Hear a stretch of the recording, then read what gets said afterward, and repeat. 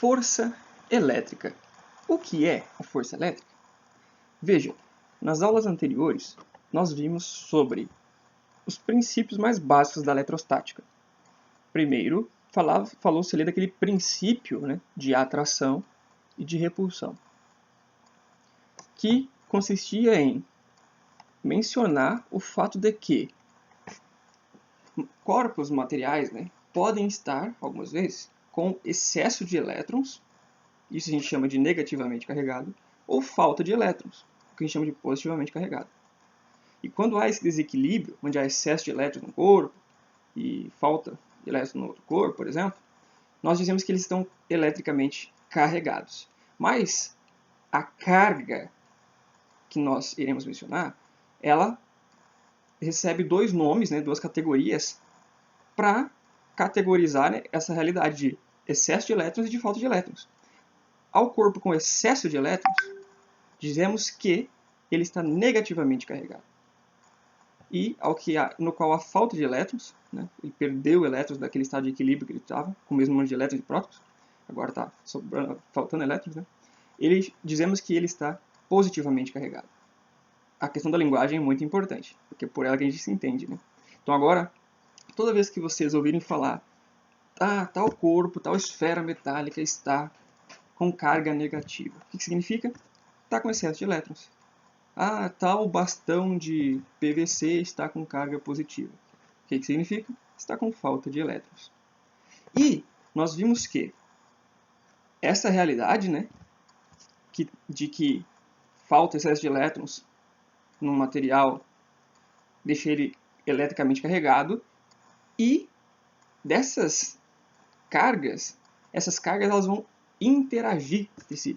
Quando um corpo está carregado, ele interage com outro corpo também carregado. De modo que nós vamos ter um tipo de interação bem característica. E aí sim, entra naquele princípio de atração e repulsão. De modo que a interação se dá de tal forma que corpos carregados com cargas de mesmo sinal irão se repelir. Vai surgir uma força de repulsão que vai induzir esses corpos, que estou representando aqui pela minha mão, ao afastamento. E basta que elas estejam carregadas com cargas de mesmo sinal. Por exemplo, carga positiva aqui, carga positiva aqui, ou seja, em ambos está faltando elétrons, há um desequilíbrio ali entre o número de prótons e elétrons, de modo que está faltando elétrons. Se eu tentar aproximá-las, eu vou notar que vai haver uma força de repulsão que está me impedindo de aproximá-las mais. E se eu deixar, vai repeli-las para longe uma da outra.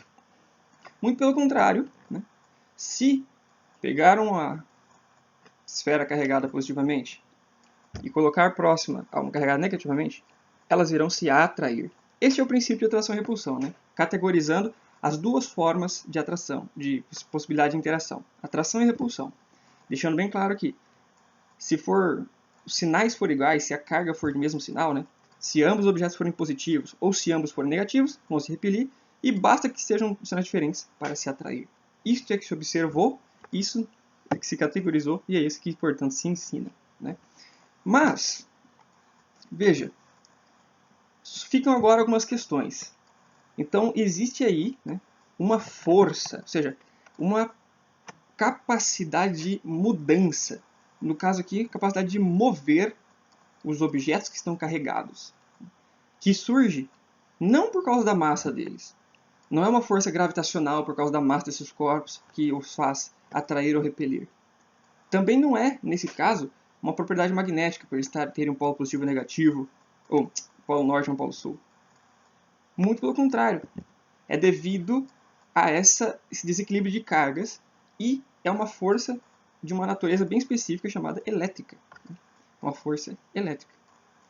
E, cabe dizer, é uma das forças mais intensas da natureza. Muito mais intensa do que a força gravitacional. Bom, cabe também agora nos atentarmos ao quê?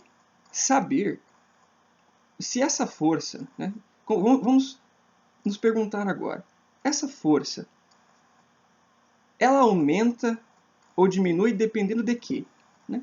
Do que ela depende? Porque a gente só falou que, beleza, sinais diferentes se atraem, sinais iguais se afastam. Mas como que se mede essa força?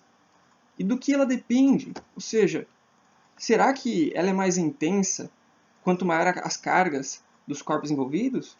Ou ela é mais intensa quanto menor as cargas dos corpos envolvidos? Será que ela é mais intensa quando os corpos estão próximos? Ou ela é menos intensa quando os corpos estão próximos e mais intensa quando se afasta eles? Bom, essas perguntas, então, que eu tentarei colocar aqui em discussão no próximo vídeo.